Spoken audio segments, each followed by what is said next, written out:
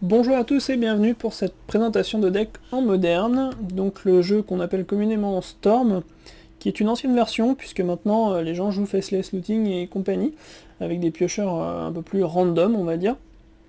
Je préfère cette version plus stable au niveau de la combo. Donc quel combo c'est? Bah, tout simplement c'est un jeu qui va devoir faire beaucoup de sorts dans le même tour pour abuser de la capacité qui est le Storm, donc voilà, qui est sur Grapeshot par exemple, ou sur Empty the Warrens. Le but étant de faire beaucoup de dégâts en un tour, ou faire beaucoup de gobelins et de tuer en une seule phase d'attaque.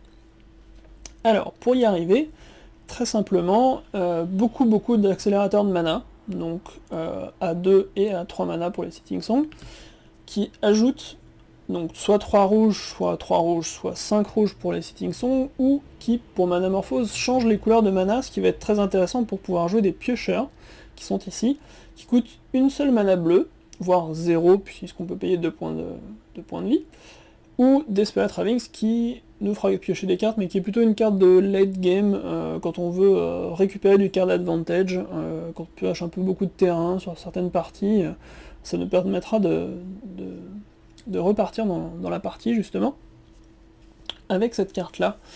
Voilà, ensuite nous avons tout simplement Past in Flame, qui est une sorte de Yawgmoth Will pour les éphémères et les rituels, c'est-à-dire qu'on va pouvoir rejouer tous les éphémères et les rituels qui sont dans notre cimetière au moment où le Past in Flame a été joué, hein. Ceux qu'on jouera après, si c'est le cas, ne seront pas flashbackables grâce à cet effet là.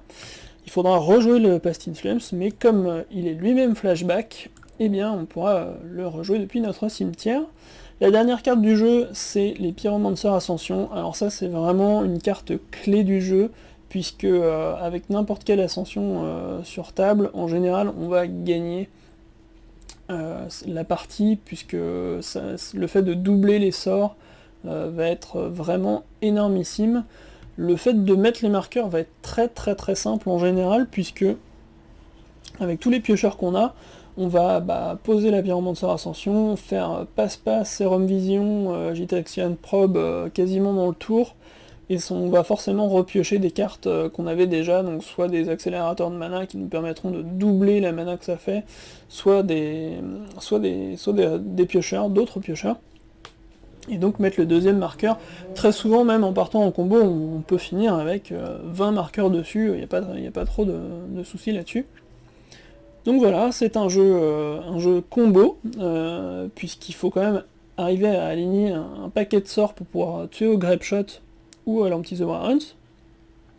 Alors, le jeu tue tour 3, tour 4 en moyenne, on va dire, et a le gros avantage de gagner contre les jeux aggro, puisque clairement on fait une sorte de course où notre adversaire n'a aucun moyen de gérer, en tout cas à la 1, donc c'est le gros avantage du jeu. Le désavantage du jeu, c'est que des fois ça fait des sorties où on pioche que de la mana, ou alors que des piocheurs, on voit jamais de mana. Voilà, et on n'arrive pas à faire assez de sorts. Le jeu ne joue que 16 landes, donc c'est très peu. Voilà, alors ceux qui sont pas là, c'est tout simplement 4 fetch bleu-rouge, hein, qui doivent être sur le côté, voilà, qui sont ici.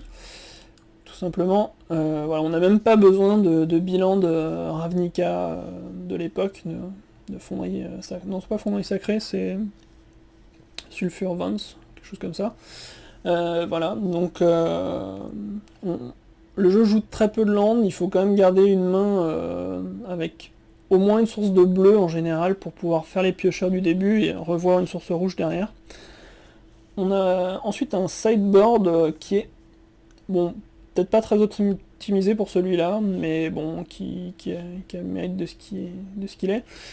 Jouer des Spell Spears et des Dispels contre les jeux qui jouent des contres, ou les jeux, on va dire, contrôle en général.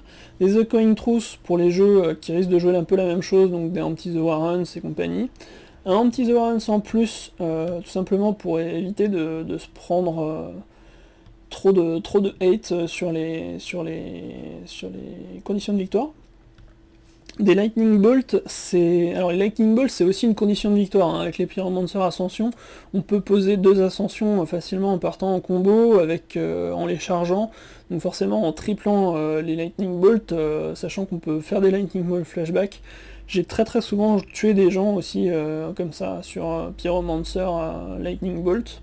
Ça met facilement 18 points tout seul, sachant que les adversaires prennent très généralement dans le format 2 points tout seul à cause des bilans de Ravnica, entre autres, et des faits de chambre. Donc c'est clairement une option de victoire en plus. Ça permet aussi de gérer certaines créatures qui vont beaucoup nous embêter dans le format, comme les canonistes étermentés, qui nous empêchent de jouer plus d'un sort par tour non artefact, et qui pour le coup cassent complètement notre stratégie de jeu. Donc c'est pour ça qu'on a aussi des pyroclasmes, ça c'est aussi contre les jeux typiquement comme Affinité, qui vont poser beaucoup de créatures, mais qui vont être très faibles en endurance, donc qui vont justement prendre de plein fouet les pyroclasmes. Voilà. Donc merci d'avoir suivi cette présentation de jeu. Je vais me remettre à faire des vidéos sur les matchs pour vous montrer ce que ça donne. Voilà, n'hésitez pas à laisser un petit j'aime, moi ça me fait toujours plaisir. Prenez soin de vous, et à bientôt pour un match sur MTGO.